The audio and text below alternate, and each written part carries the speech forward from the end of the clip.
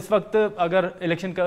हवाले से हम बात करें तो एक बात चल रही है और पीपल्स पार्टी का एक वाज़ेह मौक़िफ़ है कि 90 रोज़ में इंतखाबात करवाएं। पीपल्स पार्टी का वफ़द इलेक्शन कमीशन भी गया, चीफ इलेक्शन कमिश्नर से मुलाकात भी हुई। आप कितने पुरुमीद हैं कि 90 रोज़ में इंतखाबात का इनेकाद मुमकिन होगा? इलेक्शन कमीशन या फिर आपके तहफ़्फ़ुज़ात क्या थे, और जो आपने तहफ़्फ़ुज़ात रखे उस पर इलेक्शन कमीशन का क्या मौक़िफ़ सामने आया है? पहली चीज तो ये है कि 90 दिन का सिर्फ हमारी डिमांड नहीं है, बट एक आईनी नुक्ता है। उसके बाद आपने देखा कि इवन सुप्रीम कोर्ट ने भी इस पे अब रूल कर दिया है कि आइन में अगर 90 दिन कहा गया है तो 90 दिन अपनी जगह पे सैक्रोसेंट है। उसके साथ ये डिलिमिटेशन वाला इशू जो मिलाया जा रहा है, पहले तो आइन जो है वो ओवरराइड करता है कानून को भी, लेकिन उसको अगर आप फैक्टर इन करेंगी तो डिलिमिटेशन इतनी एक्सटेंसिव तो होनी नहीं है, क्योंकि मुल्क में जिस सूबे में जितनी सीटें थी उसमें कोई तब्दीली नहीं आई,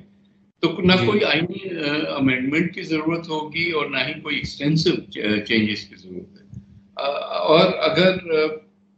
सूबों के अंदर चीजों को आगे पीछे करना है तो उसमें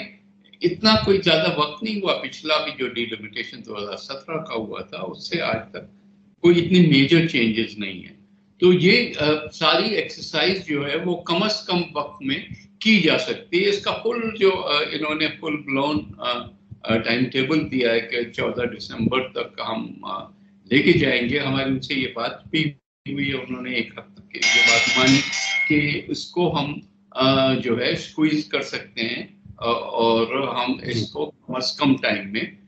करेंगे और वो जल्द आपके सामने बात आएगी। उसके साथ साथ जो दूसरा नुकता जो उठाया गया वो इलेक्शन की तारीख का है कि पूरा कंसेप्ट जो है केयरटेकर्स का या इलेक्शन प्रोसेस का, उसमें ये होता है कि जैसे ही रिजोल्यूशन होती है या जैसे ही टर्म खत्म होता है कोई नया प्रोसेस किक ऑफ हो जाता है और उस प्रोसेस को जो है उसमें एक शेड्यूल आता है। उस शेड्यूल के मुताबिक सारे लोग जो हैं वो इलेक्शन की तरफ जाते हैं।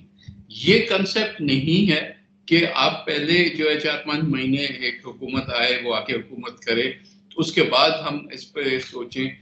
कि अब शेड्यूल क्या होगा और तारीख क्या होगी एंड सो ये भी हमने कल की बात रखी इलेक्शन कमीशन के सामने और इलेक्शन कमीशन ने पे भी एक हद तक इस बात को माना कि हाँ शेड्यूल देना जरूरी है, क्योंकि शेड्यूल आएगा तो मुल्क में एक